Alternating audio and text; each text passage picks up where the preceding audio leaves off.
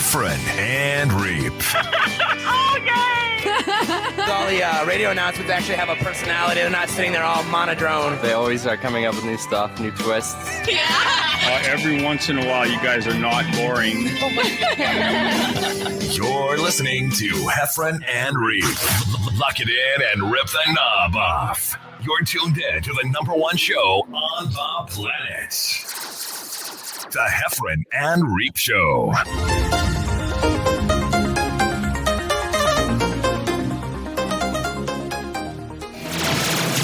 The Heffron and Reep Show. Live from your headphones, it's Heffron and Reep. Hey everybody, welcome to the Heffron John Reep Show. We just switched the names. I'm going by one name. John Reep's going by full name. Yeah. It was a big negotiation. His people had to call my people. They debated all weekend. Arbitrators. It was a big deal. And that's John won in a hung jury. Grand jury. He won to get his full name. So, yeah, and by the way, my full name is just John Reep. It's not Jonathan David Reep. Yeah. It's just John Reep. Let me ask you this, John, real quick, why we fill the room. Somebody asked, because I forgot where I got this, asked its readers to share their strange superstitions. What are your strange superstitions? One that comes to mind for me when I fly is I always touch the outside of an airplane when I'm boarding. Somebody else said I never finish the bottom inch of a bottle of beer. Somebody else said I raise my feet when driving over train tracks. I always smell the inside cup before I put whatever I'm going to put in it. Question to you, John Reep. All the listeners who popped into Facebook, well, maybe we'll open it up to the comment lines. But do you have any little strange? Well, it's you would think maybe I don't. Although when I see, like in my neighborhood, we have plenty of cats wandering around. My girlfriend's neighbor has plenty of cats. So when I see a black cat and I feel like it's coming, like it's heading across my path. Right. I try to speed up in such a way that it doesn't have a chance to go in front of me, or I make a left or I just go a different way. But very rare. But and that's a stretch. But no, I wonder if our fans have. I have the ones I have is if I'm walking by or driving by a cemetery, I stop talking, believe it or not, and I hold my breath, like the whole as you drive, like you drive by. I do that. Before I go on stage, I have to put 3 pieces of paper towel in my front pockets, both sides. And then I fold 3 and put it where my wallet would be. And then I have another 3. Is that real? Or are you just being funny? No, 100%. I have to put paper towel in my front pockets. And I do remember with when you'd have the paper towel in the bathroom that went zhunk, zhunk. Yeah. And you'd rip it. I'd have a beat. I go zhunk, zhunk, zhunk, rip. Wow. And then pocket, zhunk, zhunk, zhunk, rip, pocket. And then the more nervous, you know, how you can get like food napkins, not the little like booze napkins, not the little square ones, but the longer ones. The rectangle. The tall. Yeah. I get a stack of those. And for some reason, like the more nervous I am before a show or the more anxious I get, I just keep putting them in my pocket. Your front pockets. Front pockets. Wow. I didn't notice that.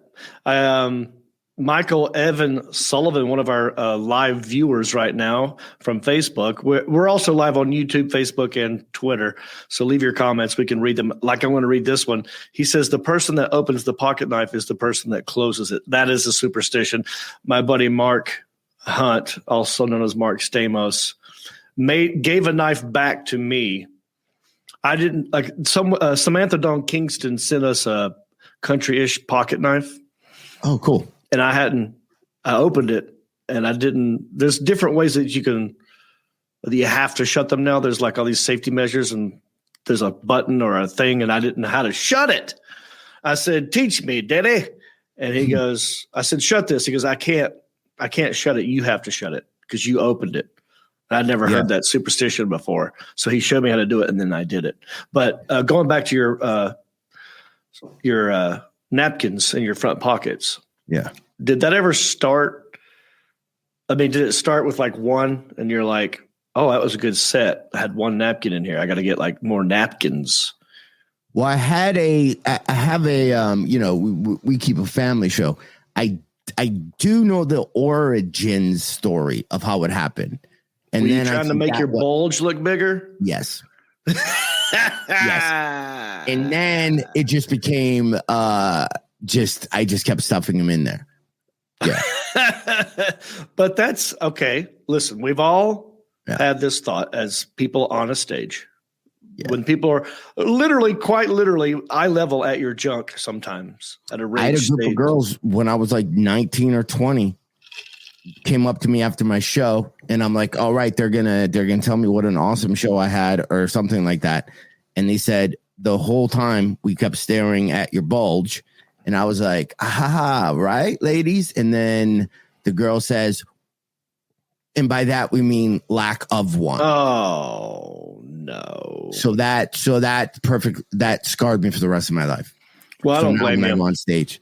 It's not fair. Women get to have padded bras and all that kind of stuff. I feel like we should have padded underwear just for those moments. Because look, I'm gonna do it clean. Yeah. But as a man with the male sex organ, that thing has lots of range when it comes to size. It can grow big, or it can get really tiny. Yeah. Like it is all about the temperature and the situation. So and the pants. You can't be judged, and the pants. You can't be judged on one event. So if all they saw was your bulge at one show, it's probably summertime. It's probably hot in there, no air conditioning. It probably try to hide. And maybe that's what they saw. They haven't seen a very aroused Heffron. They might have a different idea, a different thought. I'm just saying, or it needs to be underwear that would reflect what your potential is. So it's not like you're lying. It's just like, here's me at my best, like a padded bra. Do they have They have to have underwear that has a little bit of a pad. But you wouldn't want it like to be like a bump, like you're wearing a cup, because that would look. How did the guys in the 80s do it? In all those 80s bands? We've all heard the sock. We've heard the sock. People put the sock in the front pants. I've dabbled with that, but it's too much. It's too much there. I'm not going to Google it because I don't want Google ads or on all my Facebook things.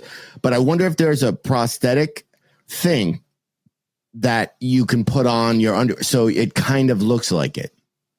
Oh, but see, then that's attached to you, and that's too much. I'm talking underwear that's got a built-in outline of your potential. Right. That, like, if you're wearing a certain pants, you would. So it almost show like those. You live in a warm weather state, but in those draft things, they're like dogs, but they're full of beanbag, and you put it at the bottom of your drawer to stop the draft. You almost just like get one of those. I wonder if you can invent like it would be underwear with one of those draft things. Yeah, just kind of, and then at that point, why would you just let it hang all the way to your knee? That's one superstition. Let's work on that. Yeah. Let's give some shout outs to Heidi and Amber and Scott and Ball Nuts. That's the guy's name on YouTube. And Shane Flint. We see your comments. We appreciate you. Last time we talked, John Heffron, you and I were talking all about being assaulted. Yes. Do you remember this? Yes. A guy open smacked me. Yep. And by the way, dude, can you see this? Sorry to interrupt. I lost another tooth yesterday. Well, I don't have a meth problem. How so? Starburst. I had a crown. Put your finger where it was. Put your finger where it was. Oh, it's in the back. Okay, never mind. I thought maybe it was up front. I had a temporary crown, but because of COVID, I never got that temporary crown fixed. Because they kept saying, well, in 4 years when we can have people in. And then I was supposed to go And then they moved it to November, and then I ate Starburst, and then I heard crunch, crunch, and then I spit out the Starburst, and it was like a fossil. I had bars of tooth and a crown. So that Starburst, apparently $1,600 for that Starburst. That Starburst assaulted your mouth, just like this guy in New York who slapped you across the face, and like this girl who punched me in the ribs in Charlotte.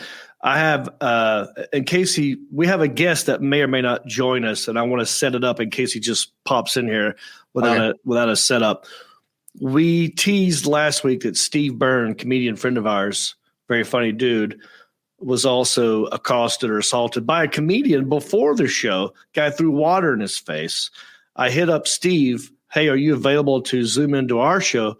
Maybe talk about that. He said yes. So I think, maybe he'll join the show later. I don't know, Alan. If that happens, just let him in. Okay, let's go back to the tooth. So, are we done with the superstitions? I don't know. That's all I have. I don't have any other superstitions. I really don't have any. I don't mess with that stuff. I do. I think the other ones I have, not that I've been on a basketball court in 700 years, but you always have to leave on a swoosh. Oh, right. Yeah, you can't leave on a miss. That's for sure. Yeah. So that would be a superstition. Yeah. What about stepping on a crack? You ever avoid cracks? Nah. Like on a sidewalk? No. What about walking under a ladder? Mom's back, it's broke once or twice. It's going to think. Shane Flint says I would tie and retie my boots before going on a mission. So wait, so you would tie them, untie them, tie them again? And then retie them. Interesting. That's right. I think I do that a lot with clothes. Like, again, it always relates to performing, but I can't ever get my belt on, like, where I feel it's the right thing until I went holeless belts, which is the greatest invention in the history of the world. I still got to get those. Oh, dude, don't even waste your time with holes in belts, dude. But I would always just keep making it tighter and tighter. Then as I was walking before I'd, go on stage, I feel get looser and looser, and then I would so I would do that. But I have weird dreams like that before. If I'm going on stage in my dream, I always have like a wardrobe malfunction, like something won't tuck in. Or I can't tie a shoe on time, and my name is being called. Yeah. Well, I got to get one of those belts. I don't like tying shoes. The older I get, the more I hate doing that. So I wear Hey Dudes now, mostly. Dude, look what I did. Oh. What happened? Was it a gift? No, I bought them. You bought that? I bought this. I would tell people it's a gift next time. What made you want to go out and buy that? Look, here's the thing. I'm supposed to like Crocs because I'm the redneck one here, right? I'm supposed to be the hillbilly. But look at me. I obviously look like a civilized human being. Don't I look corporate right now? Don't I look good to you? You do look corporate. Like you look like, one, you don't have a hat on, which you normally have a hat on. So you did your hair. Kind of like how you're doing your hair now. It kind of looks like you're not doing your hair. So there's something stylish. Like I did the same. Like you can't tell. Look how short that thing is. Yeah, I was in La Jolla and I went straight onto a barber I didn't know, and I sat down and I wasn't gonna give him the speech. I go, it needs to be cleaned up. I'm laughing at Robbie's comment. He said, "Best birth control ever, Crocs." These are the second pair. So I have these Crocs. No, there are girls who love them. They're out there. I just don't get it. Tell me why you bought them and what's so great. Convince me. Sell those shoes to me. I wish I had my other pair. So the first pair of Crocs I got were the slip-on just tennis shoes. They look like Skechers. They don't look like Crocs. You just slip on your feet, and they are so comfortable. I've slept in them. I've been on the couch with them, and I forget that they're even on. They're Crocs? that comfortable. Crocs. They're Crocs tennis shoes with no laces. You slip them on. It's got the word Croc is super, super small. So only if you're in the private club can you even notice. Then when I was there, I was like, well, I'll get a pair of these because they're there. I went kind of like a, tactical, Shane Flint will like this, tactical green. So in case I have to go on any type of like a mission. Let me see the back of it again. The back of it. Like, hold on, sorry. The heel. The heel. No, but like The other way, yeah. Okay, so it doesn't have that strap on the back. Okay, some of them have the strap in the back. No, I got rid of the strap, man. I never know when I got to kick these off and kick somebody in the face. So you took the strap off? I took the strap off. Okay. Yeah. And they're comfortable, dude. Like I did lawn. Listen, they're probably not safe to do lawn work or ride around in a lawnmower, but they're easy on, easy off. Yeah, but you know what I'm else? 51, you know what else is easy on, easy off? What? Like slippers and things that look like crap. I just they look dumb to me. They're just plastic with holes in it. What was it? The reason why it started, was it supposed to be for something? Because to me, it looks like something that was built for an event or a job, and then someone said like, "Oh, I'll wear these all the time," and then they made it into a regular thing. Like, I'm curious, what's the story behind Crocs? I would think Crocs were probably in the, some guy was probably who was wearing Tommy Bahama was on his boat and he got his white New Balance wet when he was on his boat. Yeah. So he goes, I need something that is less work than flip-flops, because flip-flops, you got to commit. You got to have some toe strength. You got to hold those flip-flops there. They make a noise. And somebody who liked clogs and wanted easy and they like Swiss cheese and they wanted easy in and out. But I don't know. I mean, I could look up. See, I feel like I'm just going to throw a theory out there, and I know it's not right, but these are the things that I come up with in my head when someone doesn't tell me the truth. Like, it looks like someone from Wisconsin, like a Green Bay Packers fan, like they were probably yellow ones that were made as a joke that look like Swiss cheese, like the cheese. And they're like, oh, yeah, that looks like cheese, and it's a slipper. We made shoes out of Swiss cheese. Isn't that hilarious? And then it caught on. And someone says, you can make them any color you want. They have little buttons that you can put so you can style them. I didn't do that. See, I didn't know about this. Tell me more. Yeah, they go in the holes. They have these little pins, and you can put like American flag, kind of like your hats you wear, where you can patch it out. You can put whatever you want. You got a sports team, you can put them all on there. All right. And I'm going to get a little one that just says, if you can read this, you're about to be kicked in real small letters. It's right up there. I've stomped out fire with these. Wow. These later are going to go on a mole killing spree. That's yeah. Tomorrow. Well, I bet they're good to throw.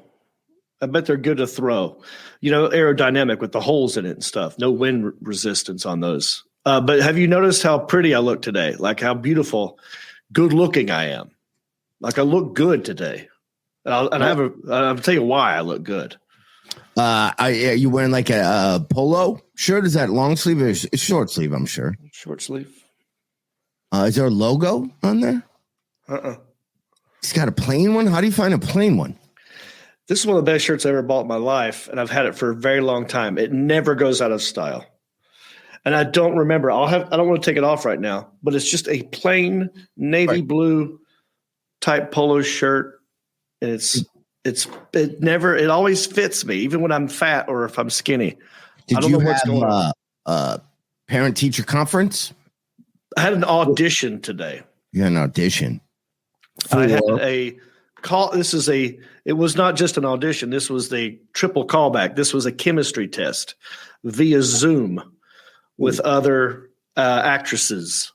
And so I sat here with Deanna Jackson. He can testify to this for 3 hours today doing this script right here with other actresses. And it's for, I'm going to jinx it. I'm not going to get the part anyway. So I'm already going to put that way. If I get it, it'll be a surprise, but okay. I might anyway. It's for a show that doesn't exist yet. This will be a straight to series kids show for Apple TV. Okay. Yeah. So it doesn't exist yet, but I might get it. Who knows? When you were on the Zoom, were they on there too? And you just, how's that? How's going on? You just look across like I'm looking at you right now and we got to act like we got to be like, yeah, I did it right here. So first you zoom into the link. They wanted you to have this camera set up and another camera set up recording the whole thing just on its own in case as a backup. Then you zoom in and there's like casting agents and maybe a producer and like another person's going to read with you. And then they go, okay, hey, John, thanks for doing this. We appreciate it. We're going to pipe in so-and-so here in a minute. And we'll go dark. It'll just be you two guys on the screen. And whenever you're ready, just start the scene. And I start off like I'm the first person to talk. And I go, okay, cool. It's nice to meet you, so-and-so. Let me know if you're good, and I'll start. She goes, I'm good. I'm like, all right, here we go. And then I go. And then they record it. And then when they're done, they go, that was great, John. Hang tight for a second, and we'll be right back. And then they put you in a waiting room, and it's just nothing, and you just hang out, and you wait for another actress to do another scene with you. I did 2 scenes today. So hopefully, well, that's why I look like this, because I'm supposed to be I'm like a dad. Okay. You know? Yeah, like a dad who's like a funny, cool dad. He thinks he's cool, but he's kind of not really. Were the actresses that you screen test? Did you know any of them? Have they done stuff? I know you can't say any of this. Yeah, and you would too. And I knew. Well, one of them I knew. The first one, the second one I did not recognize, but it happened so fast. Angelina Jolie. I'm not familiar with who that is. You know who that is? It wasn't her. Is that just kidding. Of course I know who that is, but no, it wasn't her. Do you remember the girl from the Glad commercials with the high-pitched voice? Glad hefty bags and like Ziploc bags, and she had a high-pitched voice, and she's pretty. She's cute.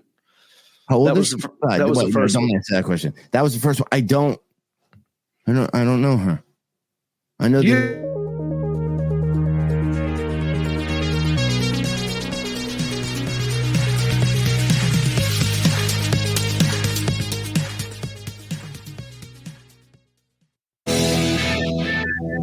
she is now.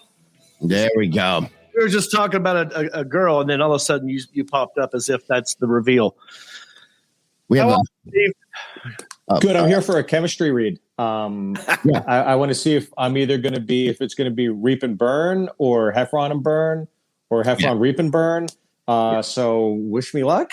All right. First off, I got to say, Steve, congrats on the lighting. I can't figure out my lighting. I like John's lighting. You look like you do this for a living. Well, it's probably daytime there, John. I'm using natural light, but I have 2 lamps coming in this way as well. So okay. Well, yeah, I don't want to shit on this point. You look great, Steve. I appreciate you zooming in. Last week we talk about being assaulted, and I thought of you, and I reached out immediately, and thanks for getting back to me. John, do you want to fill Steve in on what happened to you real quick? Yeah, well, we first started, I think even before we started talking about what happened to me, Steve, me and Reep were just talking like, okay, how do we get more than 10 people to watch or listen to the podcast? And then I was telling about all the YouTube podcasts that I watch of comic people who I don't know but have successful podcasts. And then I said it's all in the labeling of what the show is. So I told Reep, we got to just start putting John Reep and John Heffron own blank and just start putting really famous comedians' names in there. So on YouTube, it kind of pops up all the time, right? So we go, well, who do we want to just, and we brought you up in this story, and then we said, let's just say John Heffron and John Reep own Steve Byrne and not tell him. And then that way we just it's a clickbait thing. It's a clickbait. Yeah. All it is so that started with, I did a big corporate event in Long Island, I believe last weekend. Long story short, right before I went up, I get introduced to the money guy. He's like, this is the guy who paid your check, haha. And there was a vice president of a bank or of a hospital was there. It was all super rich people here. The guy takes his hand. I can't do it with this web hand. Open hands me, smacks me right on the side of the ear, literally takes up this and goes, you better be funny. But it was a smack. Right. where I was ringing in this year. It's the side I got Bell's palsy in. I was so pissed. And literally the guy goes, and our comedian for the night, John Heffron. What the fuck? Really? And then I went on stage, and just the whole time I'm like, do I have a moment where I tell that guy to F off? But I also just got paid a lot. So where's my pride versus I guess you can buy me out. And I guess I do have a price where you can kind of treat me like shit. And so it was a weird moment. So I told John that story because John also got hit by a fan. If you wanted to tell that story, just after the show, a girl came up to me. I thought the show was over. I thought the meet and greet was over, and I was sneaking back to the green room. And she's like drunk. She comes up, "Where you going, fucker?" You know, just like that. I'm like, "Oh, sorry, I didn't know you were here. I guess I'm leaving." She goes, "Come here, I got to get a selfie." And I'm like, "All right, let's." I'm doing like a passive aggressive, okay. And she sensed that. She goes, "Don't be condescending, asshole." And then she punched me right in the rib cage. And I was like, holy shit, I wasn't prepared. I mean, it's a hard punch. And so I got assaulted. John got assaulted. And it made me think of a time where a long, long time ago when me and you had a college gig opening for a guy named Henry Welch. An event happened to you backstage, and the way you handled it was so awesome. But I remember being so mad and I was mesmerized that it happened and how well you played it off. Well, you're going to have to walk me through it because I've had a multitude of these things happen. And when you brought it up, I was like, huh. And when you're starting to name it, I'm like, it's vaguely familiar, but okay. So you give me the broad strokes. You and I, young comedians up and coming. We're, I think I had met you before this somewhere. It's fuzzy, but I remember we're backstage. Yeah. Henry Welch was the headliner, and he had brought his own guy. We did not know that there was a fourth comedian. Right. So we're just backstage trying to figure out the order of the show. Who's going to do what? Who's bringing who up? And you were just asking basic questions. Sure. And the other dude who was with Henry had like an attitude thing. I guess he thought like we were questioning him for even being there. I don't know how he took it. But anyway, he got mad at you right before someone else was going to start the show. And he had a cup of water and just went like, "Fuck off," or said something. And then the water hit your face. You're like, "What the?" And you walked out and you're like, "Dude, just threw water in my face." and then he started the show. But it was on a Tuesday. Are you sure it wasn't Mark Curry? No, it was Henry Welch. Okay. But let's Google the Alan Jackson. Can you Google? I know Mark Curry. Because Mark Curry, an incident happened with his opener. I think he either took a splash or took a swing at me or shoved me or something like that. So maybe that took precedent. But I had one show where I was at the Comic Strip live in New York City. And I remember it was my birthday, and I was like, "Oh, I got this new bit," and I was young and I was hungry, and I was like, "I'm gonna work on this new bit." So I go down to the Comic Strip, and it's after midnight. You can pop in, you can do the pop-ins. So I go up. There's maybe 12 people there, and you're thinking, "Oh, I'm a comic. I'm doing it, man. I'm working on my craft." And I go up, and half the crowd, which is 6 people, stand up, and they're debating the check. And they're all these like, it's like literally Jersey Shore, right? Playing out in front of me. I go, guys, can you just do that out there? And they go, "Oh, what you fucking do about it?" I go, "Come on, man. I'm just trying to do the set. And could you just go out there and work on the check?" I go, "Okay, whatever, Jackie Chan." I go, "Jackie Chan." I go, "Thank God the Lincoln Tunnel's open 24 hours a day. Have fun going back to Secaucus." And then this girl, they're like Snooki, called me like some Asian name, like Asian something, like Asian boy or something. And I was like, "Oh man." And it just like lit, the fuse was lit. And then she said something else and the guy said something. And I go, "Will someone shut that cunt up?" And next thing I know, a bar stool, and you guys know these bar stools at the Comic Strip were bought in the 60s probably. So like pure iron. Yeah. Some guy just takes it and husks it, throws it, and I see it hurtle at the last minute. I'm like, "Ah, shit." And I turn around, crack, split my head open right in the back because I have this big scar in the back of my head. If I shave my head. Wow. And it felt like someone was pouring hot tea down my neck. And Big J Okerson hears it, runs into the showroom and goes, bro, you got to go to the hospital right now." And so I went to the hospital, and I remember watching Dr. Phil for an hour and a half, holding like the back of my head, waiting to get staples, not stitches, staples with a kank. They staple your head back together. I had that happen. And I remember the cops came to the comic strip, then they talked to me and they said, are you going to press charges? And at that time, I was like, I should, because out of principle, as a professional comic, I should know better. I should know how to handle that situation better. And I acted like an amateur. And as a professional, I should have been able to defuse the bomb. So it's like, those are like the experiences that I considered part of my education in stand-up, to go, you got to be in control of the room. And I wasn't. And I was a complete moron. So I deserved it, I felt. That's how you felt then. I bet you wouldn't feel that way today. I think your philosophy, your thought process is admirable. And you're like, well, yeah, I should be able to do that. And yeah, we should. But still, if someone's going to throw a fucking stool at you made with iron, yeah, that's on them a little bit. Yeah, I agree. But I was young, and I guess it's that Catholic guilt of like, no, I deserve this. I can't be happy. I should do it on my own. Yeah. But the greatest fist fight I ever got into this happened at the comedy store. This happened at the comedy store. This is the second best fight I ever had.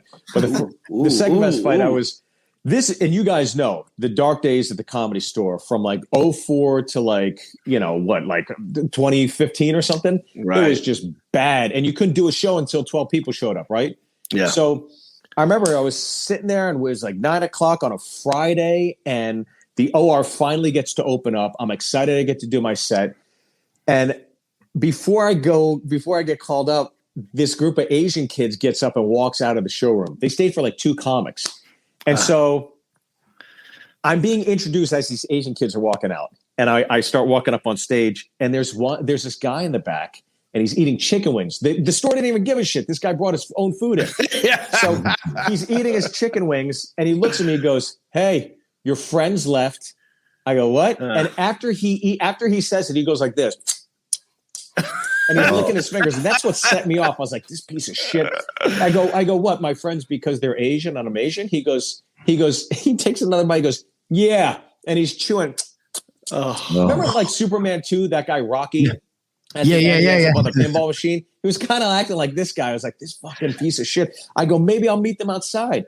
He goes, and maybe you should join me. He goes, "Maybe I will." I go, "Well, let's go meet him right now." So I get off the stage, and you know how it's like a square. I get off. He gets off. We're both walking towards the door, and I grab him, and we end up on the ground. And I'm like Ralphie in A Christmas Story now. I'm like, "You random fucking son of a bitch!" Right. And just then, his buddy takes one of the back tables, and he takes a table, and he's going to drill me in the head with it. Brett Ernst tackled that guy, and Brett Ernst has taken that guy out now. And now it's a melee in the comedy store. And I got pulled off. They got separated. Tommy called me the next day. And it became a thing for a minute. I thought, oh, my God, I'm going to get sued. I'm going to get this. I'm going to get that. And I pulled out the race card because, it actually well, it's how it started. Though, It's how it started. So I hated to rely on that because I hate to be that person. But that happened, yeah. Wow.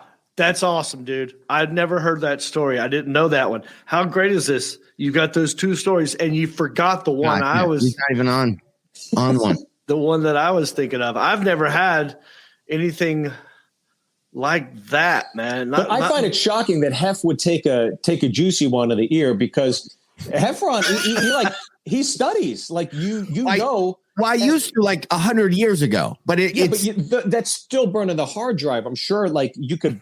You're Liam Neeson. You have a set of skills, and you haven't used them in a while, but you still. You know what it is, though? It was one of those situations where you didn't think you were going to be hit. It's like, let's say, you're talking to your mom and she goes, "Oh, I made you a grilled cheese sandwich," and then punches you. It can completely came out of nowhere. Was the guy big or something, or was he? No, he was a big fat guy. So there are those big fat guys that somehow, because they've always been bigger, because I have a skinny man complex. I've always been little. High school, I was 112 pounds, but this guy was big. Right. But it's weird when you see some big guys like that, you're not afraid of them because they got one move, and that's just to swing at your head. Right. They're easy to deal with. I'm way more afraid to fight a guy who's like 140 pounds. because he might know something. These days, like everybody, you never know. You got to look for the cauliflower ears, or like a little twisted nose. Yeah.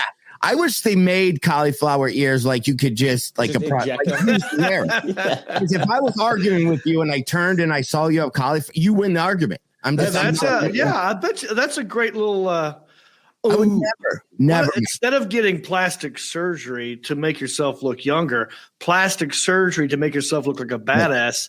Like fake cauliflower ear, little scar, just like a scar. Yeah, a little scar. When people ask about it, you go, it's something that my therapist and I just decided we don't talk about. Then you leave it. You're just like super aloof or something. Yeah, but before like a weekend in Des Moines, you kind of get the surgery and then you go back to LA and you take it off, Yeah. Yeah, or some prosthetics. Yeah, you could take on and off. I like that. I get to work on that social media. I'm trying to think of I think I've done my whole career there's comics that aren't fans of mine, but I'm trying to think if I ever got in a yelling. Oh, John, I know what happened to you, buddy. I was there. I'm sorry. I know you're about to tell a story, but as you were saying this, there was a night. Vinny Favorino. Oh yeah, I know that dude. Right, Favorino. He was working at the. Yeah, man. So I would MC at Harrah's at the Improv every fourth weekend. It was just, this was a long time ago. You just go there. You're at Harrah's. It's a Vegas week. Is this a Vegas guy? Because I've never heard of him. He's a Boston guy, but I just remember him being back. You're in the back green room, and this Carl is the guy who ran sound and all that stuff there. Carl's super nice guy. Vinny started saying something to me, and I don't even know what. And then he started talking about how he's going to pick up the chair and smash it over my head. He's like, you know what I'm going to do? I'm going to pick up that chair. I'm going to fucking put it overhead. And I just remember just staring at him going, pick it up. Yeah. Pick it up. It's all I kept saying. Is it pick it up? Pick it up, fat guy. Pick it up. And it was just, so that was probably the closest. What was his problem with you? That's so crazy because you're like one of the nicest guys. This podcast should be called Two Great Dudes in Comedy. I can't understand somebody getting upset with you. I don't remember why he got that mad. I think that's when I was like, I'm 30. This was 15, 20 years ago. I'm like, I do Krav, I take knife fighting. And then he's like, you're not from Boston. I beat the shit. Like he was talking to me like that. And then get on stage and he'd make fun of, look at that young kid. And then I was 10 minutes of his, of his act or something. But I don't think any other comic I already told those stories about the feature acts, but yeah. Well, one night at the Improv on Melrose, you and I, it was like a Wednesday night. It's bad that I don't remember these. Yeah. It wasn't that. I mean, it wasn't really it was there were maybe 20 people in the crowd.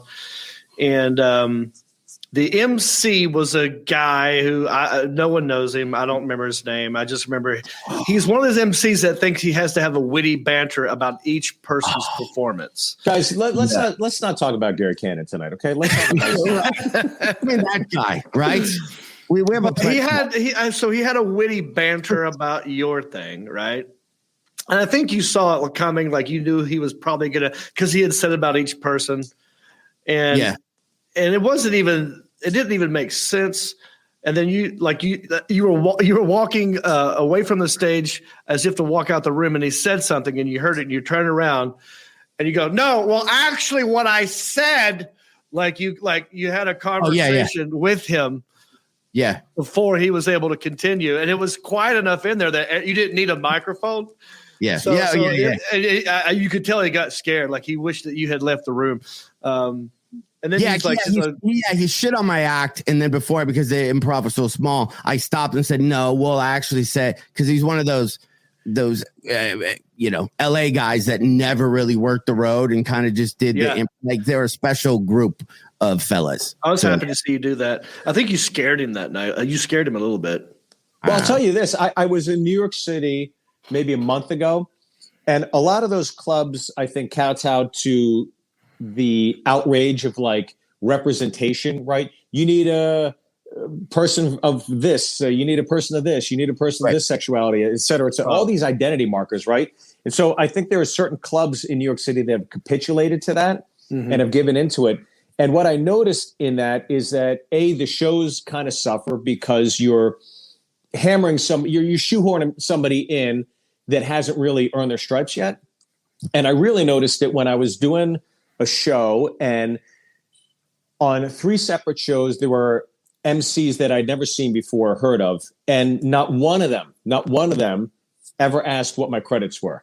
Yeah. And any comic who's been through the ringer knows you've hosted for years. That's the first thing you do before you bring up a comic, just out of respect is, hey, is there anything you want me to say about you? Right. Even when we tag team shows, that's always the thing.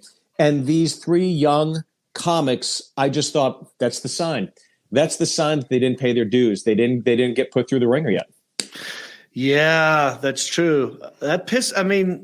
In one aspect, I go like, well, they're just ignorant. They're not trying to be douchebags. That's all they know. And then on the other hand, I'm like, well, they need to be taught. Am I the one that has to teach them and put them in their place? Like, I don't want to be that guy. I don't want to be the guy that other features walk around and go like, Reep's an asshole. But sometimes it's like, I wish I had just had a card and that happened to me once. I forgot who the headliner was. I walked up to, I said, is there anything you want me to say? He just pulled out a card and handed it to me. Like he had him already pre-made. He's like, this is my intro. I'm like, oh, sweet. I mean, in a weird way, I was happy about it. Just to admit, I got a little controlling for a second, but I did that with Spotify playlist. I have pre-show playlist music on Spotify. It's called literally John Heffron pre-show. So I go to the Sound Kid. I have a playlist, play it an hour before the show starts. That's just smart. You don't get to decide what music, because the music you pick is horrible. Most of them are just garbage. Yeah. You know what I mean? I was with I go, I never want the crowd to be in this mood. That's why Kaja Gugu, I Savage Gardenia, we're truly, madly, deeply. We bring it down. Everybody's happy. And then we start the show. Very nice. Yeah. You got Savage Garden? I got Savage Garden on my. I got Savage Garden. I've rocked. That's why the guy smacked you in the hair. Yeah. It sucks. This is like he was on one of your shows in the 90s. Yeah. Steve, are you in Nashville? I'm in Nashville, Tennessee. Yeah. I will be there Monday if you're up there. Yeah, I'm here. I'll be here. I go to Tampa this week to work, but then I'll be back. Sunday night. So what club are you at in Tampa? Side Splitters. Yeah. I know that because I was trying to decide between you and John Reep when I open up my social media. Yeah. Which one of you I will see first. And I'm impressed with both of you to the point where it almost, I feel like, what's not body shaming. I feel I have social media shaming when I see you guys. Yeah. Because I don't do the level that you do. And I don't know. What about like Kreischer, who like lives on it? I mean, he might as well just have the thing attached to his face, and he's just going around. Yeah, I guess it pays off, but Jesus, man, you're going into surgery. It's like, dude, enough. Yeah. Stop. Just what was the surgery? Yeah, what was the surgery, by the way? Just curious. Do we know what it was? Apparently, not to remove the phone from his hand. So I don't know what it was. But it works for those guys. Like I know we're switching subject, but I was telling John, we can name a billion people where you go, man, they're on all the time. But then you go, their ticket sales reflect them being on all the time. Sure. So you can't, if it's something to be said that, I don't think Kreischer's done a walk from one room to the other without recording himself in between those two rooms. Right? I mean, there's certain people that just, they're cut out for that. Right. And he's cut out for that. I can't do it. I feel like dirty doing it. Like with you, Steve, like I know I'm going to see, and this is back in the radio days, a benchmark bit where it's content. I know there's going to be a picture of you lying down somewhere in your patented Steve Byrne pose. I love that. Easy and dumb to do that. But it's consistent. That's good. Right. That's good. I know I'm going to see a picture of you eating at a barbecue place. And yes. I'm not, how I get John with my ADD. So Steve, I thought about you. I was in New York. Yep. I'm not even, I'm going to scroll through to try to find it. I walked by a barbecue place when I was in New York last week, and I was going to go on social media and I was going to text it to you to see if this brought up any memories. And I'm going to show it. Let me just do this to make sure you can't. What's it say? Village Virgil's? Virgil's Barbecue, right across from the Hudson Theater. Yes, I am familiar with that. Well, I think me and you, Steve, went there. The Hudson Theater, for those who don't know, everybody who shot a Comedy Central special shot it at that theater. Yeah. If you're on Last Comic Standing for anything, you shot it at that theater. That theater's been used a lot in comedy. I think when I walked by that Virgil Barbecue place, I had all these nerves because I think I've done like 3 or 4 TV things and went to that barbecue place either after or before going, good luck. This is going to destroy my career. This is going to be awesome for my career. I hope I don't get nervous, but I think I've eaten at that place with you. I was going to text that to you because I know you do barbecue stuff. And let me ask you this. When you post your videos of your stand-up, Steve, do you sit there and cut all those clips? No. Because I have a question for both of you. I want to steal my own stuff from my first Comedy Central special, and I can't figure out how to do it. I can't figure out how to get the clip off of it because it's all protected. I've always hired a guy to do those things, and the guy I had recently left, which is good because I'd used up a good chunk of my stuff. So forced me kind of like to get a little more inventive, but it's been a while. And so I'm going to start slowly infusing those bits again until I film this next one. So because of all the other stuff you do, I was going to plug all the stuff. Opening act, for those of you who may not even know Steve Byrne's work. Opening act is Amazon Prime. It's on Amazon, iTunes. You can rent it right now. It's there's like a little bidding thing going on right now between the streamers, so it's going to end up on a streamer at some point. But I mean, look, you can rent it for $3 on Amazon or iTunes right now. It's literally, I think it's the best representation of our profession ever in 90 minutes. There have been a lot of films done about stand-up, but I thought there's the films I've seen as of late are like Hacks or something like that. It's like, hey, let's do a show about a 50-year-old comic. It's like, why? That's the worst. No one wants to watch a story about a guy driving home from Vegas. You want to watch a story about a 20-year-old driving to Vegas for his very first time ever. That's the fun. So that's why I'm not in it, because hold on, I got to deal with the script I was working on. Right, it's me on the 50-year-old comic guy. Yeah, that's right, dude. No, that's true. I love that. Also, I want you to brag about the amazing Jonathan doc that you did. Yeah. I did a documentary about the amazing Jonathan. It's on YouTube. It's completely for free. It's called Always Amazing. And Jonathan was the second guy I ever opened for. There's my fingers. Second guy I ever opened for on the road. And I got along very well with him and his assistant at the time, Joel Osborne.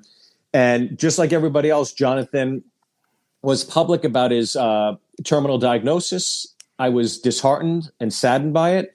And then to learn that he outlived expectations, was coming back to stage, I thought, boy, this would make a great doc. And then I thought, I know these guys. I know their backstory. I know everything about them. So why not do a documentary about Jonathan's return, but then also showcase, how big his heart was. He took an 18-year-old kid under his wing from Australia who became his assistant. And this kid, Joel Osborne, saw a drug addict through, the worst of circumstances in Las Vegas, finally got Jonathan in a good place, said, okay, you're good. Great. I'm going to Australia. I'm a grown man now. I'm going to be a comic on my own.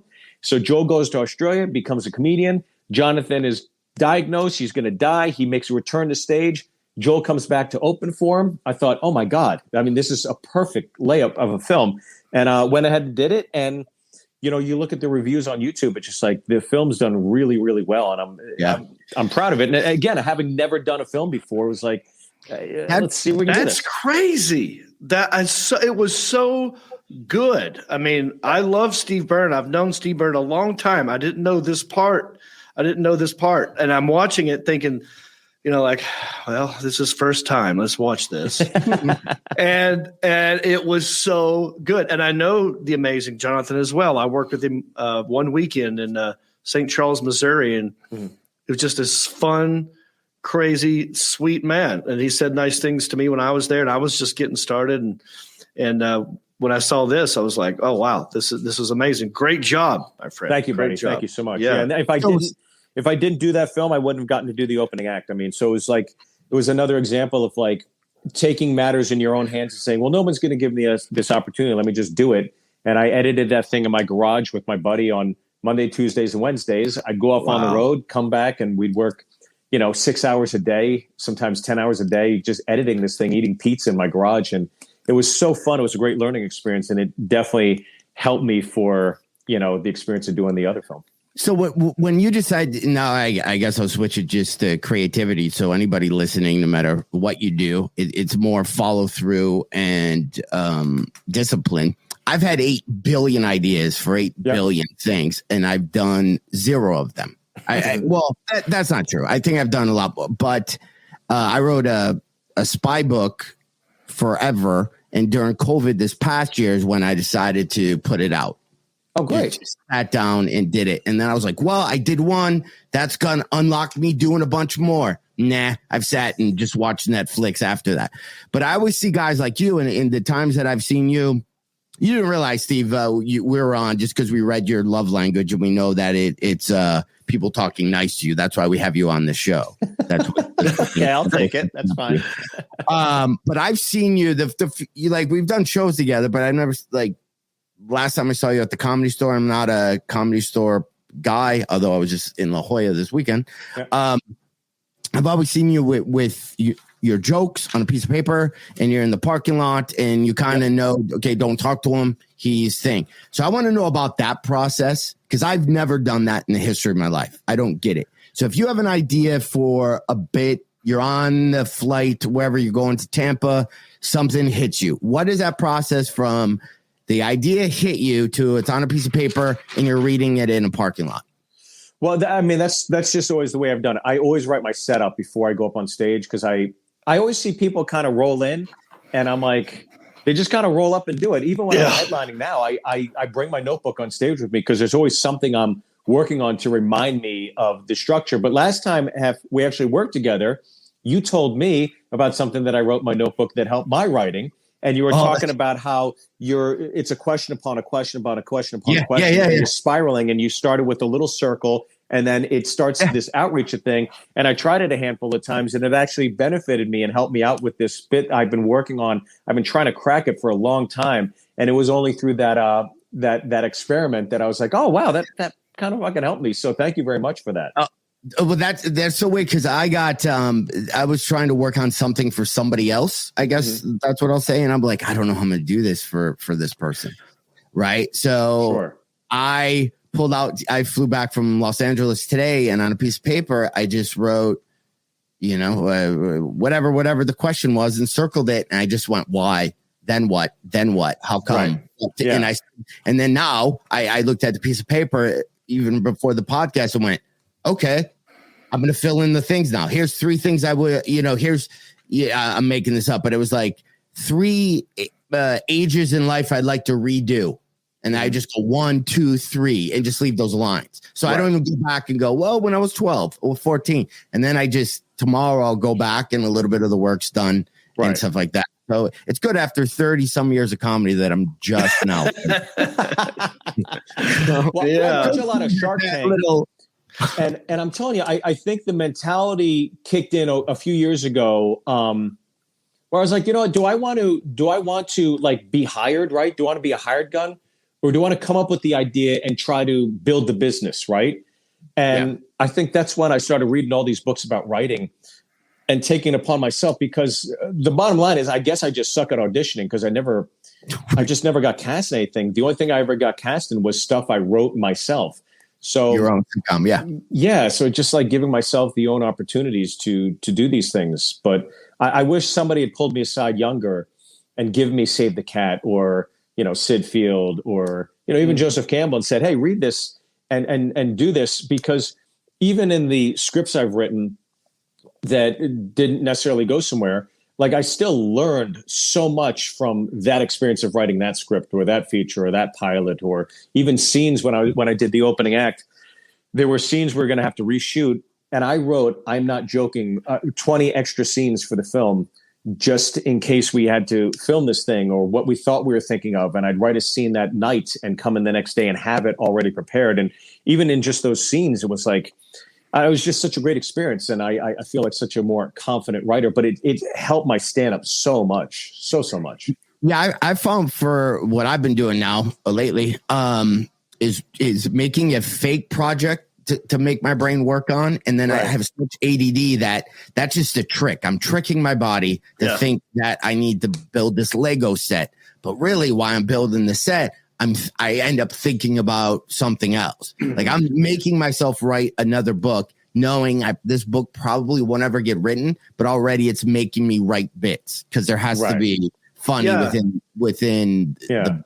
You got to give yourself, I do that with this podcast and the other one, Country-ish. I think, I've got these segments that I want to do every time. So each week I got to think of a new thing for the next segment for the next time. And then it forces me to sit down and start doing something.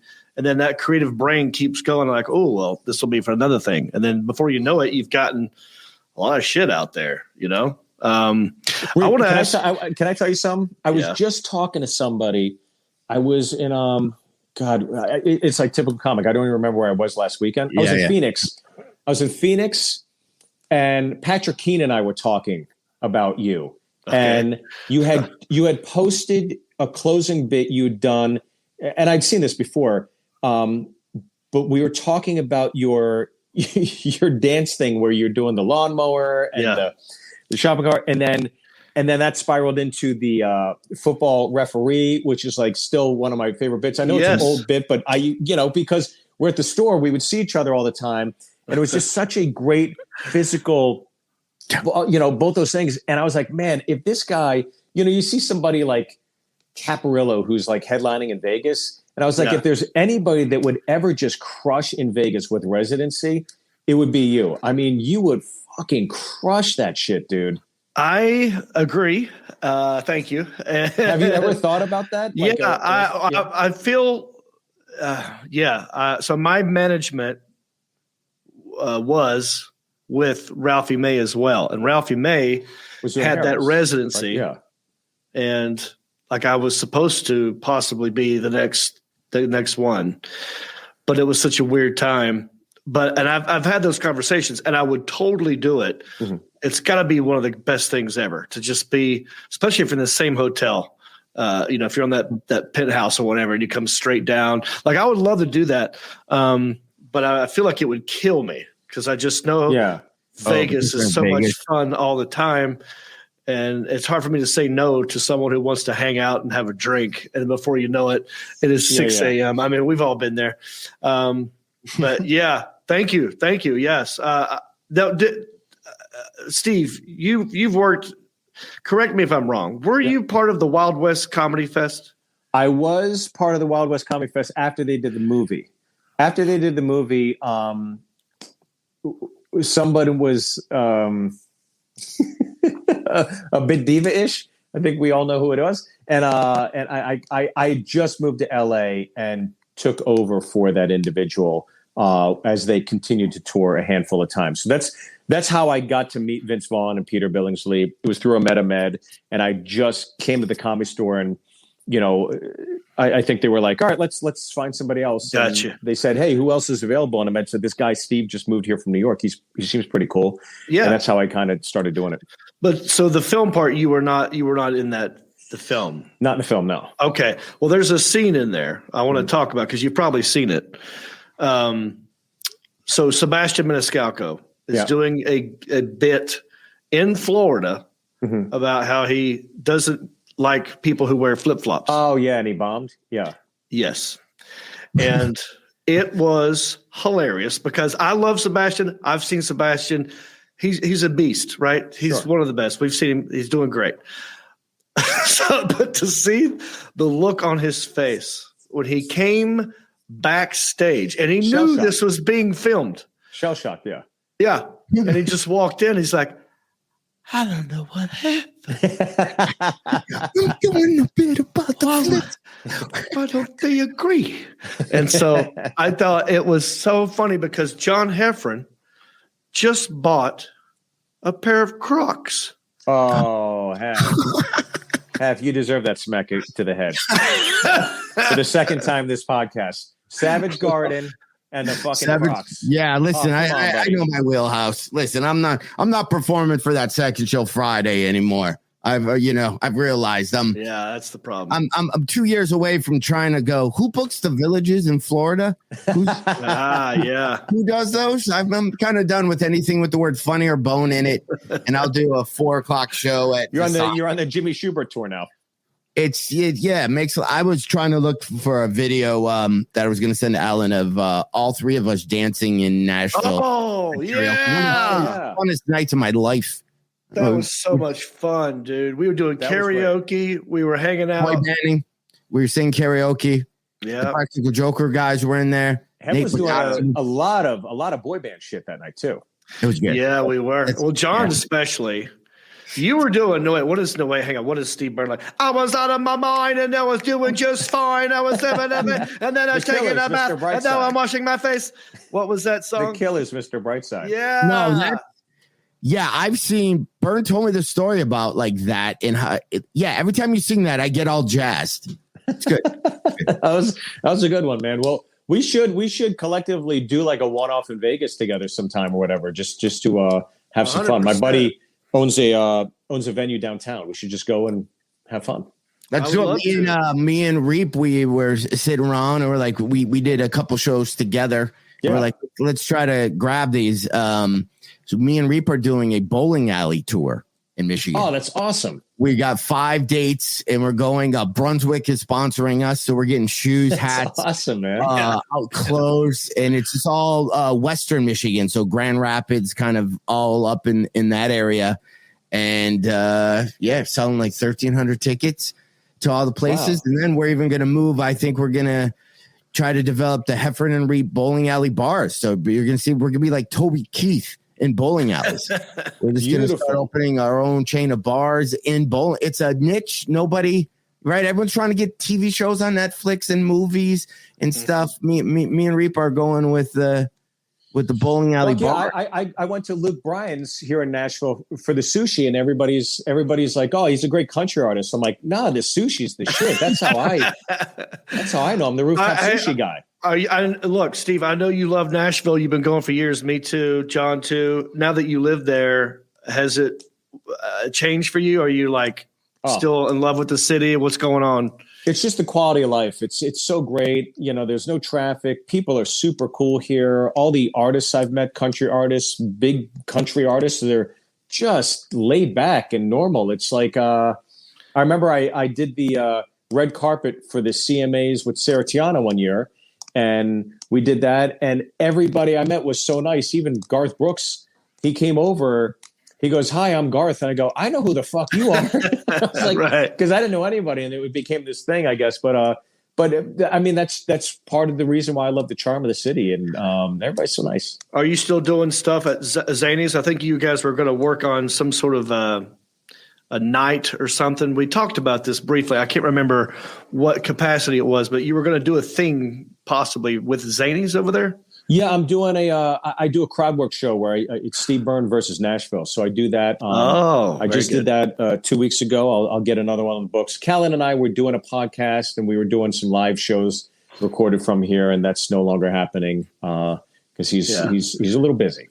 That happens. Last time I was in Nashville, when I saw Steve, I'm paranoid to do anything but my act. I'm not a good improver. So Steve actually called me on stage and we rapped.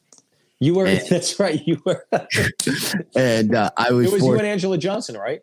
Yeah. And Kate Quigley. And Kate Quigley. That was a fun night. Just kept spilling drinks on stage. Yeah. And I just rapping Darius Rucker songs for some reason. But yeah, so it was, that was fun. That's one of my favorite clubs in the country. Is Reep, you're like Nashville. an hour and a half. You got to come in more. It's a little further than that. Oh. It's about 4 hours. Oh, 4. Yeah. Oh, shit. Yeah. I know. When you were calling me about doing stuff, I'm like, I don't think he knows how far away I actually am. Okay. I think it's like 3.5, 4 hours. But that being said, I can still drive there, once a month. There's something big, knock out a bunch of shit and come back. We have to, because then I don't know the last time you were there, John, but they have a mural on the side of the thing. And I'm kind of maybe opposed to 2 or 3 people on the mural. So no, we got to make a campaign. You got to start performing more. I'm going to start performing more. Okay. That way we can. I just swap tell it up. everybody Henry Cho is me. I just say, oh, that's me. That's what I tell my kids. I'm like, oh. Oh my gosh, who was it? It was Reno. Reno Collier was zooming live from Zanies with us on a show like this show, and he confused. Oh, who? John, do you remember who it was? No. He confused somebody. Goes, oh, that's and it was totally the wrong color. That's funny. Like because that night light at night, everything looks like a dark brown. Yeah. But he got the whole ethnicity wrong. It was priceless. But yeah, my goal is to be on that wall someday. I really want to be on that wall. And I know they're adding new people all the time. So if Dorfman's watching this, come on, what are you doing? I'm going to go Sebastian on your ass. You ever notice Sebastian could never, and this is genius, he can never get hit with anything that's thrown because he's so sideways. He's sideways. He's fast. Yeah. Yeah. Like he can't. Okay. He's fast as hell. Steve, God bless you, buddy. Oh, I know. I was going to ask you one more thing. Yeah. You're a Pittsburgh guy. Yep. That's the hat. There's the Pittsburgh Pirates right there. I've been to Pittsburgh many times. In the airport once, I thought like everyone's talking about this sandwich for years. I've been watching Monday Night Football my whole life. Yep. So I went and I had one. Yeah. And I'm going to chalk it up to it was airport. It's place. different downtown. Yeah. Yeah. Okay. Because I was like, what? It can't be. It can't be. Yeah. Look, even Gino's cheesesteaks. I was in Philly, and I was like, "Oh, I got to get a Gino's," right? And it's just not the same. I don't know what it is. I think it's the quality suffers, obviously, but I don't know what it is about an airport where the transference isn't happening. But if you go to Pittsburgh, you got to go down to the Strip District to the original Permane Brothers. I know there's one right next to the Improv, and it's good. It's good. It's better than the airport, but you got to go old school, the Strip District. And what the story of Permane Brothers, to anybody listening, it is constantly ranked like the top 1, 2, or 3 sandwiches in the country on the Food Network every time they do those polls. And what it is the Strip District was where everybody used to get their groceries back in Pittsburgh in the early 1900s. And as the years went on, truck drivers would come in, and there was a place called Permane Brothers. And what they'd do was they would have a sandwich, coleslaw, and French fries. And these truck drivers would come in. They wouldn't have time to sit down and eat it. So what they did is they would just take the sandwich, put the French fries and the coleslaw in with the meat that came hot, fresh off the grill. And then they would take it and eat the whole meal in a sandwich. Right. And so that's the whole thing. And I'll never forget the first time I went, I was a teenager. My father took me. He's like, you got to try this thing. Because we had just moved from Jersey. And he's like, this is the greatest sandwich ever. I had 2.5 Permane Brothers sandwiches. And I've never come close since. I've gotten a 2, but I haven't gotten over the half. So when I was 16, I think it was the first time my father took me. And we've been there for a few years, but it is the best. It's the best. Yeah. Anytime you get airport food, even if it's a chain that they'll find a way to screw it up because the people who work in the airports, they know they can't be fired. They're just they know like government employees. They're like, no one's going to report me. They're never coming back here. Yeah. But so I get it. So I had to bring that up because I was underwhelmed when I had it at the airport. But I know what it was. It was the airport. So all right, very good. Thank you, Steve. John, gentlemen, you final are thoughts. Literally 2 of my favorite guys to run across when I'm doing shows. I truly love you guys. And I'll see you Monday. Yeah, Monday. Looking forward to it. And maybe you can come podcast. out. Maybe you can come out Monday. What's happening Monday? I forgot. Heffron's going to be in Nashville. Doing a set with all these power hitters that now live in Nashville. I'm gonna put a sticker, John Heffron sticker, on the mural. Skate team that's in Nashville, and then you should show up, John. It's not out of the realm of possibility. I have this coming weekend off. Beauty. Although I do have a Heffron and Reep on my calendar. That's a Monday night, John. What are we supposed to do with this podcast when you're over there playing with your friends in Nashville? That's right. I will not be able. Yes. So I'll hold the fort down. I'll hold the fort down. You go over there and have fun. Just zoom in if you can. All right. Well, I love you guys. I love you, Steve Byrne. It's great seeing you. Take it easy, brother. Thanks for having me. Love you guys. Yes, sir. Steve Byrne, everybody. Come on. That guy's great. I could talk to him for 3 more hours. That's everybody. That's everybody on the Zoom. Unmuted their mics. Yeah, he's a great guy. I remember when I saw Steve years ago, he was like, this was a long time ago, where he was moving out of Los Angeles, and I saw him on a plane holding an Xbox. I forgot to bring that up. He's just holding an Xbox, a PlayStation. And I was like, he's like, I'm moving. That's all I need. That's happened to a couple people I know. I remember talking to Billy Gardell someplace, and he was going to move back to Pittsburgh. He was a week away from moving back to Pittsburgh or leaving Los Angeles, and then he got his TV show. Crazy. Wow, yeah. Right? Like how things can switch like that. And now he's doing commercials for type 2 diabetes. Have you seen these commercials? Let me ask you, not Billy Gardell. So by the equation. I know how bad I am money management. I've made a lot of money in my life, and I've wasted most of it, or I'm not a good saver. So, but when I see guys like Billy Gardell, right, he's got a lot of money, and then when I see Shaq doing those insurance commercials with the fake general, right, I'm always like, what? Like, what? Why? That commercial made you an extra 40 grand for the year. You needed to do it. It's got to be one of those deals where the offer is insane and the work is easy, where they probably go like, dude, you're going to be here 3 hours. Right. We're going to get you in. We're going to get you out. We're going to get you everything you need that day. We're going to hook you up. We'll fly you out, blah, blah, bam, bada, boom. And we're going to give you, $5 million. He's like, all right. So, but the commercials I'm talking about with Billy Gardell. Yeah. Yeah, he's good. He's an actor. And he is, but it's funny just knowing, dude. The guy's played blackjack in my house. Yeah, we had a poker night at I know him. It's fine. His manager is a friend of mine too. So, but it's funny just knowing him and then seeing him go to actor mode and be walking around like, see what they can do for you, and just lifting these bands. It's funny when you watch a decent amount of TV like I do, you start to see the same actors. There's a couple guys in their mid 50s that I'm seeing all the time. Like one is like he's in Prejudice, the testosterone replacement, and then there's another one that is like the same guy. I had a point to the story, but I completely forgot it. Oh well. You keep So there's one guy that I think he gets booked because he's a good walk and talker. He's like a Midas or some like online training for repair, and he's walking through the shop in the dot, and he's talking. But then I saw him in another commercial where he doesn't stop; he just keeps walking the whole time. So he's like, that's his hook, and that is a skill because not only do you have to. All right, here's the thing. Little inside behind the scenes look in the show business for our viewers. Walking and talking, it sounds simple. People make fun of it. The guy can't walk and chew, talk and chew gum. I just say, when you're walking on camera for any kind of movie or TV thing, they ask you to walk at a weird pace.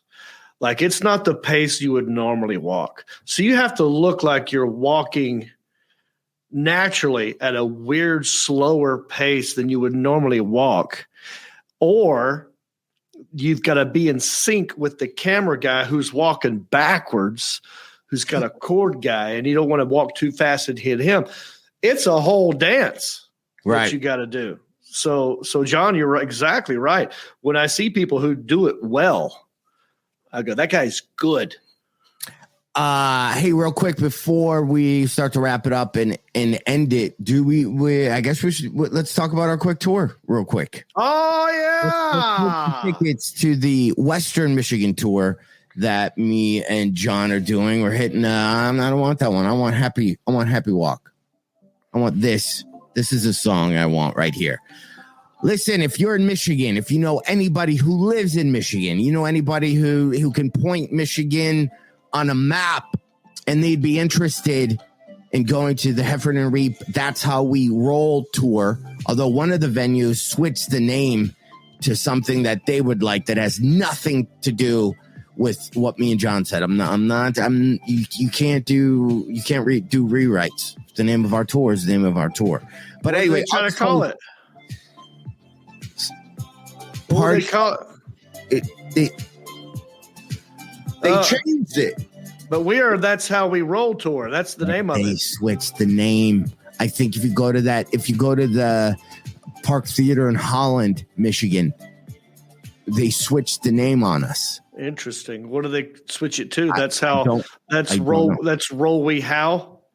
No, they switched it. It's some completely something that we did not okay. But it's okay because I guess we're selling good tickets there. So you know how we were talking about it last week about like, oh, we're nervous because we haven't seen them post a whole lot about us.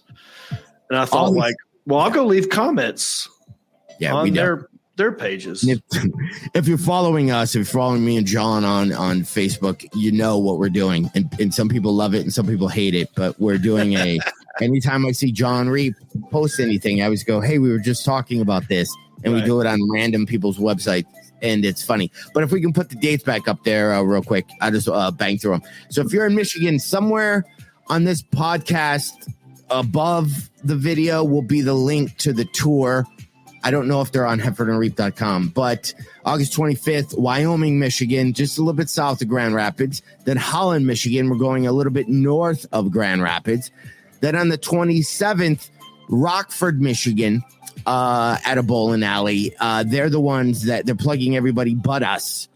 I'm the Michigan guy. I'm the guy who was born here. They're plugging all the comics who probably don't even know anything about Michigan. They're probably going to just mispronounce Muskegon.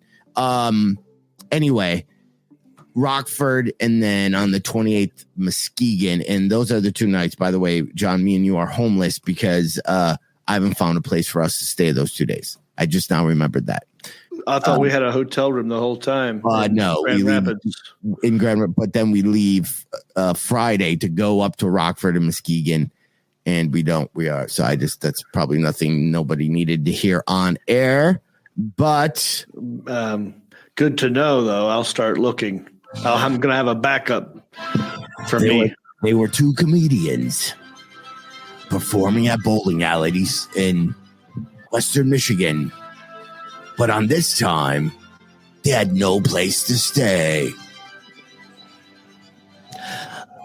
Yeah, until one of them went on Hotels.com and got a backup just for him and didn't tell his friends, just so he could say that's what you get.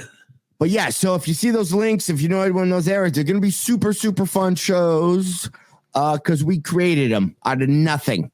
And we're going to places. I heard one of the places has an ATM on stage.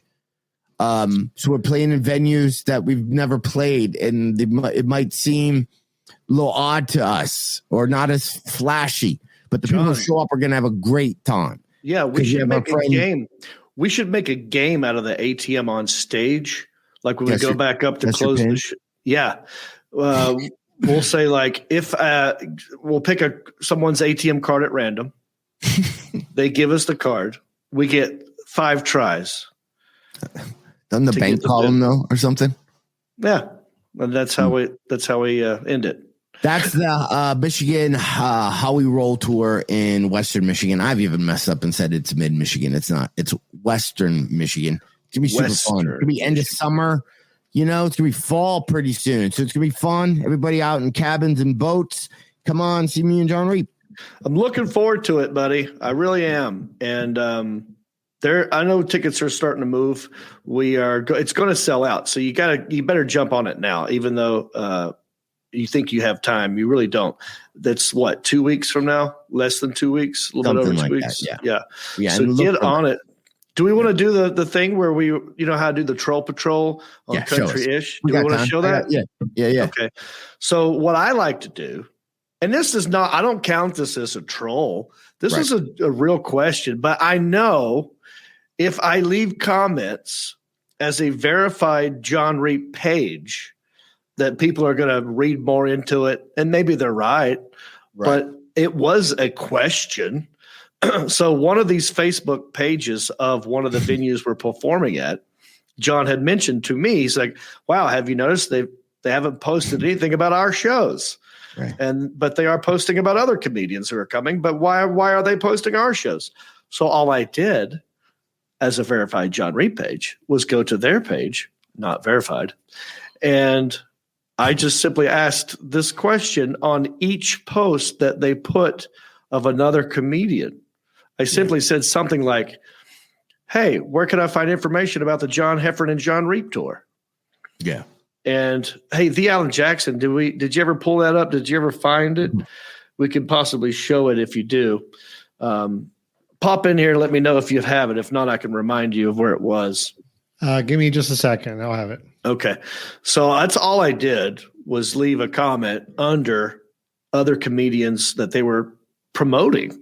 Yeah. And one of them got like 160 reactions. I brought more people to their page who don't live in Michigan. Yeah. But, I've got 207,000 followers on my verified Facebook page. So anytime I post something, the people who are following and get notifications, they see it. Yeah. And so they go there and they leave comments and they follow the page. So just on a comment alone, I've raised more awareness for this place than what their post that they did on their own would have done. So for that, you're welcome. That's what I'd like to say. Which one was it, John Heffron? Do you remember what's the name of the oh, here it is. Okay. Yeah. The Back Alley Comedy Club. Here's a comedian that's Tattoo Life by Shane Smith. He's from Utah. I've worked with him before. Yeah. Very cool guy. Nice. Interesting story. He's actually he's a big military guy. He's done a lot of stuff. I'm sure he's great. He's a great guy. I have no beef at all. But he's coming November 12th and the 14th. Me and John are coming in 2 weeks. So I think I would push all the love in the two major headliners you're showing that are showing up in 2 weeks, opposed to November. So they posted that, come see him. And I wrote, where can I find information on the John Heffron and John Reep show? 106 people either liked it or laughed at it. And it's gotten, I don't know how many, like 10 replies maybe. Uh-huh. And they said, we appreciate, this is what whoever's running Back Alley Comedy Club's Facebook page, they replied, we appreciate the sudden boost of traffic to Shane Smith's post. And I would like to reply to them now. You're welcome. Imagine what I could do for your club if you talked about me. Right? Yeah. If we put some of that. Think of that. Traffic boost to. Instead of doing a snarky reply, why don't you focus on the guy who's bringing all you this love to your page as a joke? Imagine what I would do if I were serious and tried hard. Think of that. Think of what we could do as a team. I'm so that's one of the places though. I believe that's our Friday or Saturday show. That's the bigger room. We're doing well in all these, and I get it. They want to push dates, but someone's leaving a comment. Jacob said, "Yo, Reep, I looked for you on my Facebook, but I couldn't get LOL. You type in facebook.com/JONREEP. Look for the blue check mark. It is a page, not a profile. It's a page. So not also, a person. Since we're talking about just Facebook pages, I just want to do this, John, and then I think we have to have her on as a guest. Alan, I hate to do this to you. Wait, was that a picture or was that live? What Alan just showed you, showing the Facebook page? It was live. Can you go to mine, the Facebook / John Heffron? I'm not bragging. I have 225,000 people less than John Reep. Oh, not that many. That many. I don't know how you do it. Maybe it's your charm. Maybe it's your look. You've got negative. I got 207,000. You said minus 225. Now you've got 35. I only have 35. But scroll down. I'm going to show you. how somebody, that's us plugging it. Go. That's all my albums. I got like 7 of them. It's weird. Go. I started getting personal on my pages. Have you noticed, John? Noticed that. I've just noticed, right? It's a new thing for me. So keep scrolling, Alan. That's where I left up wrong info. That's us right now. That's weird. It's kind of creepy. Hey, John. Hey, John. That's us plugging it. Keep scrolling. That's me at the Comedy Store. You can watch. I'm dancing there. That's me trying to plug a YouTube channel I didn't even know I have. That's me trying to plug my Spotify. Stop. So I posted, this was on my phone. Okay. It was just how to make caramel apples. And Alan, scroll up so you can just see what I write about it. It was just, this was on my phone. I don't know the original source. And then I threw in a link for me. But then Alan, scroll. Look at this. This just makes me want to quit comedy. See, look how great that looks, by the way. Okay, so now, John, look at 6.5 thousand likes on an apple. Okay, now look below. My friend Christina. Yeah, did you see her? She's a mom, very funny. Has written a bunch of books. Her comment alone has gotten 1.4 thousand likes on her comment. I've never got that many likes or comments on any body of work I've done as a comedian for 30 years. She does it once, and she's boosted that one thing into a stratosphere. So guess what, John Reep? I think in a week we have Christina on the podcast. We have her on, and we also have... Because she's awesome. All of our verified. I'm not done with Back Alley Bowling. I want more verified people to go comment on our comment. Let's bring them a lot of heat. Maybe Christina could leave a comment over there on my comment. You know what I mean? But yeah, I'm interested. She's verified. How many followers does she have? Do you know? Click on it. It's a couple million. 2.8 million. What does she do? She wrote I feel stupid for not knowing her. Okay. Yeah, she wrote a book on being a mom. And I met her at a comedy club. Her show was sold out 18 billion fold, and she did like a 4:00 show before mine. And then my show was later that night with 70 people. We totally have to get her on the show, dude. Totally. Yeah, she's super funny. Has great content. Super cool. But yeah, so anyway, she helped boost one post of mine. So that's what type of influence. John, so here's since you're friends with this girl, what you got to talk her into is cross promoting. So what that means is when we go live with her, she's putting the feed out on her network, her page, as well as our page. Yeah. And then we get more love. And then how do you talk her into that?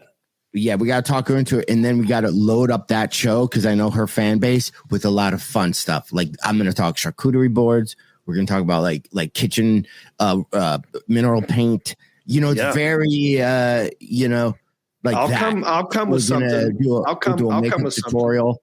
And then we'll just talk about parenting. We'll do parenting. Sure. We'll make it, we'll like play to her crowd. I love it. You know what I mean? Yeah. Let's do that. Okay. All right. Well, let's plan for that. Well, you're going to be in Monday. You're going to be in Nashville. So I'm going to be in Nashville. So you're not going to be here next week. It'll just be me running the show. I think so. I think we have a sub. Maybe we can have a sub.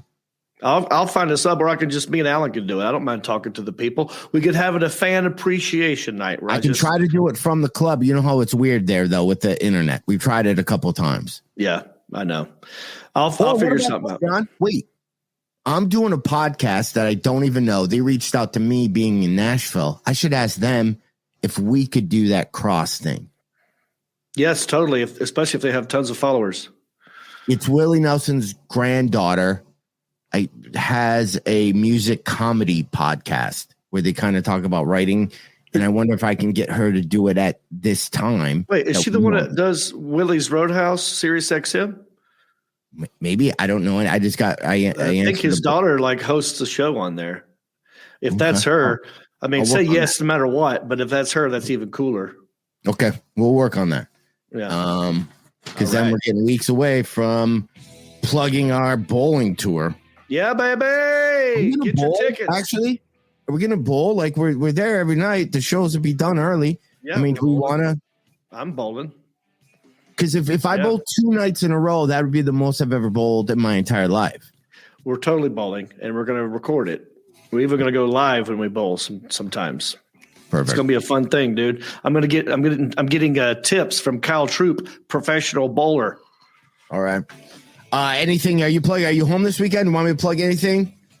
I'll be in Atlanta next weekend at the Punchline in Atlanta. Punchline. So hopefully it will be open. But I'm not sure if they're going back to the masks or not. Yeah, I know. But I'm going to be there regardless. So come on out and support me. I will be home killing moles if I could be in everybody's thoughts as I try to wage this war against I'm losing it. It's a losing battle. But I'm going to give it a try, and I'll report back to you Monday. I appreciate that. And let you know. By the way, you look good. I kind of feel like how you look today with your shirt and your hat, or without your hair. I mean, you should just not go straight home. You should just be seen out in public just like this. You know what I mean? So you're saying you like it? Maybe go get a new driver's license picture taken, or go get a passport photo taken just because you look like this, and just save it. Good call. You know what I mean? I would do some stuff. I would run some errands. I don't know if Alan Jackson makes you swipe a card and show ID when you come into his place. I think the beard is trimmed. This is the best I've trimmed this beard in a long time. So thanks, John. Thanks for the compliments. Thank you all for watching Heffron and Reep. Don't forget to rate, review, subscribe, and share. We appreciate all of you. Hit that Patreon if you want. We'll put a link up to that in a minute. Get you some Heffron and Reep merch. And I'm John Reep, and over there is John Heffron, and I guess we're outing 5,000. G, how do you want to end it? Like this. Bam! Take us out, somebody.